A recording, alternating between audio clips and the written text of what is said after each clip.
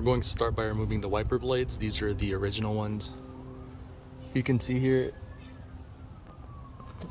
get it closer.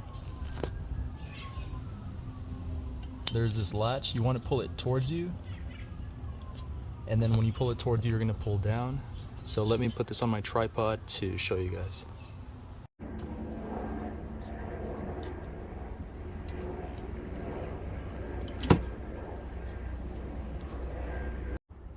On these newer ones, you're going to see some grooves here. You pinch these on both sides, pinch them, and then this should pop open.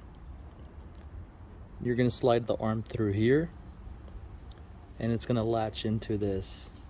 So I'll show you now.